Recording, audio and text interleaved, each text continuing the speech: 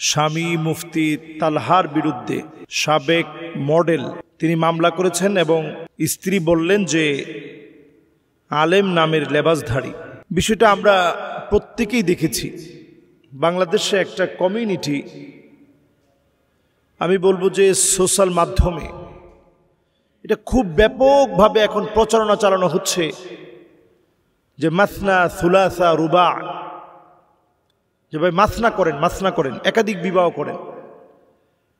আসলে এই একাধিক বিবাহটা শরীয়তের মানদণ্ডে গুরুত্ব দেওয়ার ক্ষেত্রে কতটুকু গুরুত্বপূর্ণ? আমাদের দেশে এই বিষয়টা নিয়ে কথা বলার মতো লোক একেবারেই নাই বললে চলে আমার কাছে মনে হয়। হ্যাঁ, যার প্রয়োজন তিনি একাধিক বিবাহ করবেন, তিনি তার স্ত্রীকে ম্যানেজ করেই সাংসারিক জীবনের সুখ যেন ঠিক থাকে।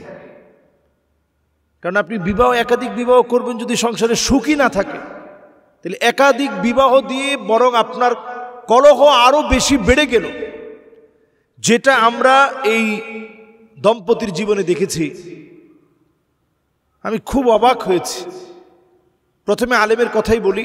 তিনি একজন মডেলকে বিয়ে করছেন, উনি দিনের পথে আসছেন, পুরোপুরি হিজাব করার কারণে তিনি তাকে পছন্দ করেছেন, বিয়ে করেছেন। আলহামদুলিল্লাহ, বিয়ে তো কোনো খারাপ কিছু না। এরপরে তিনি আরও বিয়ে করেছেন, সেটাতেও কোনো অপরাধ নেই। একাধিক বিয়ে তো তিনি করতেই পারেন, শরীয়ত যেটা অনুমতি দিয়েছে। কিন্তু উনি উনার বক্তব্যে আমি দেখলাম স্পষ্ট তিনি এটা বলছেন, একবারে মেরে ফেলব।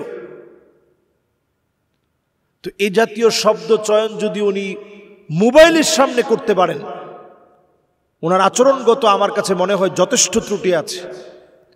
কারণ একজন মানুষ ক্যামেরা উঁচা করলে এমনি মানুষ থেমে যায়, অভদ্র মানুষ ক্যামেরা দেখলে ভদ্র হয়ে যায়। আর তিনি তো একজন আলেম, তাহলে উনি তো ক্যামেরা দেখার আগেই ওনাকে আসলে শুধরে যাওয়া দরকার ছিল। তিনি ক্যামেরার সামনে একেবারে মেরে ফেলার হুমকি দিল। এটা খুবই অসঙ্গতিপূর্ণ এবং অসুন্দর লেগেছে আমার কাছে। এরপরে এই কমিউনিটি তারা যেইভাবে বহু বিবাহকে প্যাট্রোনাইজ করতেছে, একাধিক বিবাহ অথবা বিধবাকে বিবাহ করা, এগুলোকে খুব ভালোভাবেই হাইলাইটস করে তিনি মানুষের সামনে নিয়ে আসছেন। খুবই সুন্দর, কোনো অসুবিধা নেই। কিন্তু নবী সাল্লাল্লাহু আলাইহি সাল্লাম বিষয়টাকে কি এতটা গুরুত্ব দিয়েছেন কিনা এটা আগে আপনাকে বুঝতে হবে। শরীয়তের ভিতরে কোনটার গুরুত্ব কতটুকুন দেওয়া হয়েছে, এই জিনিসটা না বুঝলে শরীয়ত আমাদের কাছে পরিষ্কার হবে না। শরীয়তের ভিতরে একাধিক বিবাহ করাকে নবীজি কেমন গুরুত্ব দিয়েছেন একটু চিন্তা করেন। নবীজির কাছে একজন সাহাবী আসছে 10 জন স্ত্রীকে নিয়ে, তিনি তখনও কালেমা পড়ে মুসলমান হন নাই। 10 জন স্ত্রীকে নিয়ে যখন আসছেন, নবী আলাইহিস সালাতু ওয়াস সালাম বলতেছেন ফাখতার মিনহুন্না আরবাআহ, তুমি যদি এখন কালেমা পড়ে মুসলমান হতে চাও তাহলে 10 জন থেকে তুমি 4 জনকে বেছে নাও। 10 জন থেকে 4 জনকে তুমি বেছে নাও। তাহলে ইসলাম গ্রহণ করার পরে আপনি 10 জন নারী গ্রহণ করতে পারবেন না। নারীদেরকে ভোগ বিলাসের পাত্র বানাতে পারবেন না। সর্বোচ্চ আপনি আপনার শারীরিক সক্ষমতার পরে সর্বোচ্চ আপনি 4 জন নারীকে আপনি বিবাহ করতে পারবেন, সর্বোচ্চ একসাথে। তাহলে ইসলাম এখানে একটা সীমানা নির্ধারণ করে দিল যে আপনি 4 জনের বেশি যৌন চাহিদাকে চরিতার্থ করার জন্যে একসাথে 4 জন নারীর বেশি আপনি বিবাহ করতে পারবেন না। হ্যাঁ, তাদের ছাড়াছাড়ি হয়ে গেলে ভিন্ন কথা। কিন্তু ইসলামের কোনো জায়গায় বিবাহকে শুধুমাত্র শাহাওয়াত বা যৌন চাহিদা চরিতার্থ করার মাধ্যম বলা হয়নি, বরং বিবাহকে আপনার জীবনের সাফল্য বলা হয়েছে। হাদিসের মধ্যে আসছে সাআদাতুদ দুনিয়া আরবাআহ, 4 জিনিস দুনিয়ার সবচেয়ে বড় সফলতা।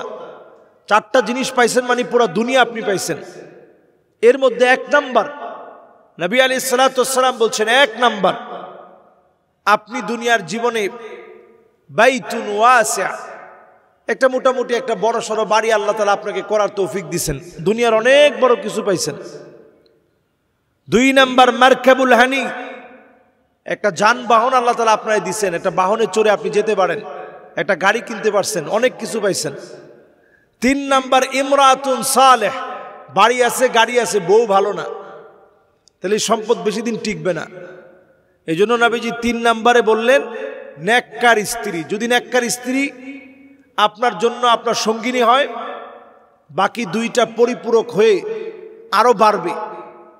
এরপরে নবী আলাইহিস সালাতু ওয়াস সালাম 4 নাম্বারে বলছেন, 4 নাম্বার অত্যন্ত গুরুত্বপূর্ণ পয়েন্ট এটি। 4 নাম্বারে নবী আলাইহিস সালাতু ওয়াস সালাম বলছেন প্রতিবেশী ভালো হওয়া লাগবে। যদি প্রতিবেশী নেককার হয় তাহলে আপনি দুনিয়া সব পেয়ে গেলেন, সাআদাতুদ দুনিয়া, দুনিয়ার সফলতা পুরোপুরি পেলেন।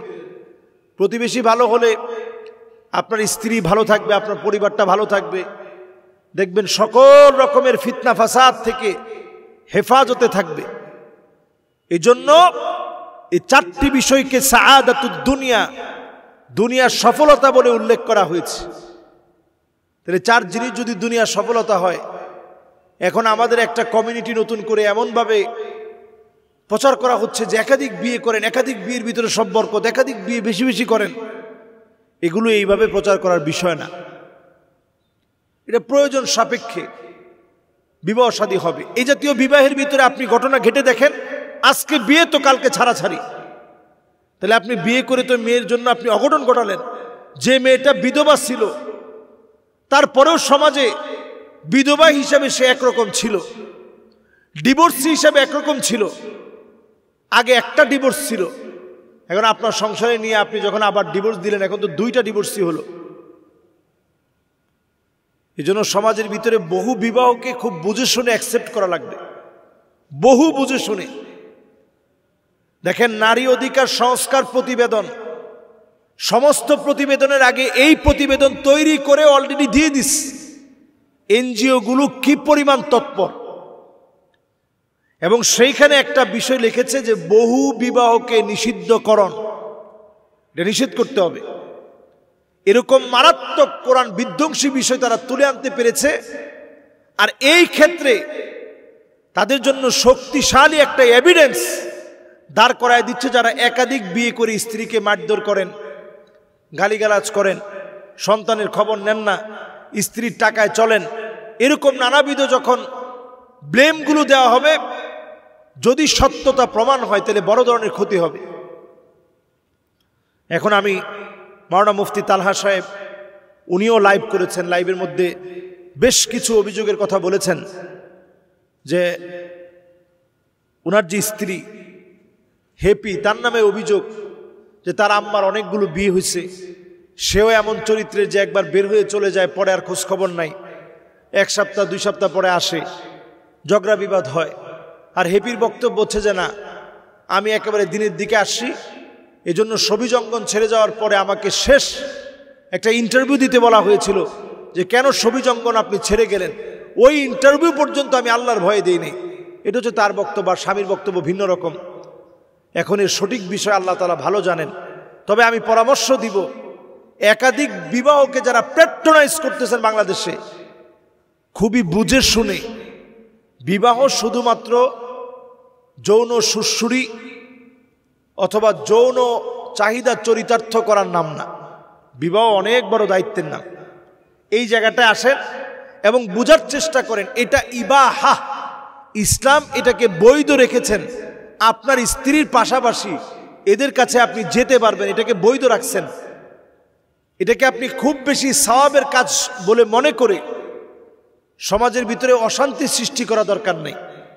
হ্যাঁ, আপনি বিয়ে করছেন, স্ত্রীও অনুমতি দিছে, একজন বিধবার পাশে আপনি দাঁড়িয়েছেন, তাকে বিয়ে করছেন। আস-সাঈ আলাল আরমালাতি ওয়াল মিসকিন কাল মুজাহিদি ফি সাবিলিল্লাহ, আল্লাহর পথে জিহাদের সমান সওয়াব হবে। কিন্তু আপনার ঘরে যদি এই বিবাহ করার কারণে যদি প্রতিদিন মারামারি লেগে থাকে, নামাজ কালাম সব ধর্ম চর্চা সব যদি চলে যায়, তাহলে আপনি বিবাহ করে তো আপনি মহা ক্ষতির ভিতরে পড়ে গেলেন। এই বিষয়গুলো আমাদের খেয়াল রাখা দরকার। শরীয়তের মাদারিজুশ শরিয়াহ, শরীয়তের ভিতরে কোনটাকে কোন স্তরে রাখা হয়েছে, এই বিষয়গুলো চিন্তা করে আমাদেরকে এই বিষয়গুলোতে কথা বলা দরকার। এই পরিবারের ক্ষেত্রে যা হয়েছে এটা তদন্ত সাপেক্ষ বিষয়। তদন্তের সাপেক্ষে কে দোষী কে নির্দোষ সেটা প্রমাণিত হবে। আমরা উভয়ের বক্তব্য দেখেছি।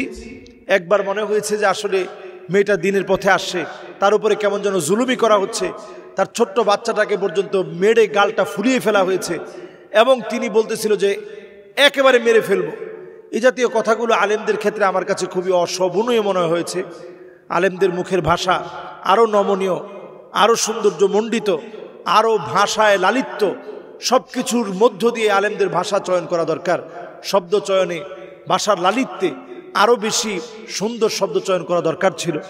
আবার যখন আলেমের বক্তব্য শুনেছি তখন মনে হয়েছে যে আসলে উনি এই পথে পা না বাড়ানোটাই ওনার জন্য ভালো ছিল। আল্লাহ তাআলা আমাদেরকে বোঝার তৌফিক দান করুন।